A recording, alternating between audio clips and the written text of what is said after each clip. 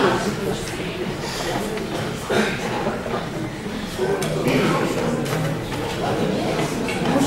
mon nom est Pétine Catherine et mon sujet est le petit journal joue-t-il dans la cour des grands. La question est, le petit journal joue-t-il dans la cour des grands? Yann Barthès, présentateur du petit journal, a commencé à jouer dans la petite cour, dont celle du grand journal. Et puis, petit oiseau devient dans la grande, il a fini par faire son nid tout seul. Plutôt devrais-je dire, a fini par faire son trou de souris, a fini par faire son trou comme un trou de souris.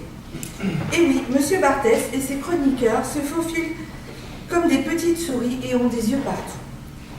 Il a commencé tout petit, en fin de chronique, dans le grand journal, puis il a fini par avoir une vraie chronique, toujours dans le grand journal, et enfin, sa propre tranche horaire, le petit journal, le vrai de vrai. Il sait toujours trouver les bons reportages qui feront réagir les gens, et surtout vous trouvez la petite faille qui va démontrer qu'un article ou qu'un reportage de ses confrères n'est pas le plus crédible. D'ailleurs, il y met un point d'honneur à se moquer d'eux. Mais là où c'est le plus drôle, c'est son attaque de la classe politique. Entre les cancres de l'Assemblée, où il nous démontre qu'il n'y a pas que les écoliers qui sont dissipés en classe, et oui, nos chers politiques aussi se curent le nez, jouent sur leur tablette ou leur téléphone, n'écoutent pas le petit copain, mais se permettent de critiquer ou font carrément la sieste pendant les débats, et je vous en passe. Monsieur Barthès sait aussi nous démontrer que certains reportages tournés pendant des manifestations sont bidons. Là où on nous annonce des milliers de manifestants, il n'y en a en fait qu'une dizaine. Comme il dit, un bon camarade fait des miracles. Et puis, il y a les rubriques. La rubrique du placard, qu'il ressort à chaque fois qu'un politique sort un grand mensonge ou nie catégoriquement qu'il n'a rien fait, est un vrai régal. C'est bien les archives. Et celle qui s'appelle « Comment ça va, Valou ?» qui prend des nouvelles de Valérie Pécresse, et malheureusement pour elle, et heureusement pour nous, il ne l'arrête jamais. Il y a aussi les chroniques sur les people. Ah, nos chers people. Il y a de la matière là-dessus, et on se régale autant de leur excès et de leur imbécilité que celle des politiques. Il y a des chroniqueurs hors normes qui se faufilent partout et qui n'ont pas peur d'aller chercher des informations à la source. Martin, le petit journaliste par la taille des grands reporters, se faufile partout dans tous les pays, en paix comme ceux en guerre, et n'hésite pas à aller au cœur du problème. Ophélie, dont certaines tenues vestimentaires ne la mettent pas à son avantage, mais elle balance bien sur les people. Et elle aussi cherche la petite info qui va nous plaire.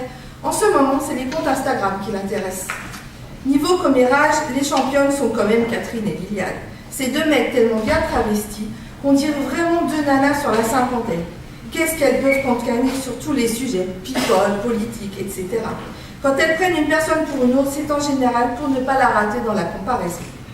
Il y a aussi les défis de Maxime Muscat, qui à l'heure où j'écris, essaie de se qualifier pour les JO de Sochi, et croyez-moi, c'est pas gagné.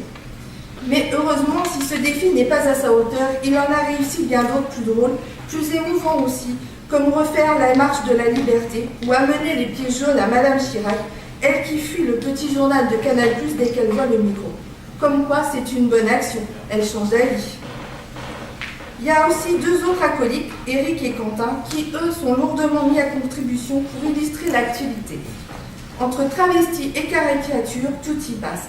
La moindre petite attitude, la moindre petite histoire un peu louche, le moindre petit mot ou phrase sorti de leur contexte, et hop, voici qu'ils s'amusent avec et en font une parodie bien décalée.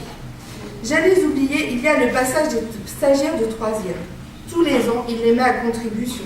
Ça ne doit pas toujours être très drôle pour eux, car un ado est facilement susceptible. Mais au moins, le stage est intéressant.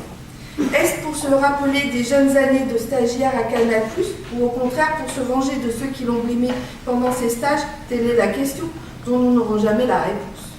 Quand on analyse bien le petit journal, et sur tous les fronts, que ce soit people, politique, ils savent nous faire en 30 minutes un résumé de l'actualité avec les bons, mais surtout les mauvais côtés, et approfondir comme personne. Yann assume aussi tous les problèmes que peuvent engendrer ces reportages ou ces analyses sulfureuses. Les différentes plaintes que les grands de ce monde peuvent déposer contre lui et bien souvent n'ont pas de suite, du moins pas à notre connaissance. Le petit journal a tout d'un grand et donc a le droit de jouer dans leur cour.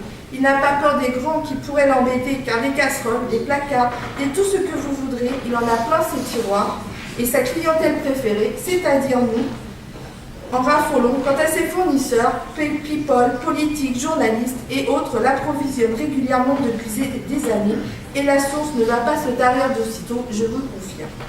Donc oui, le petit journal joue dans la cour des grands avec brio. Toute cette fine équipe n'a pas froid aux yeux. Merci.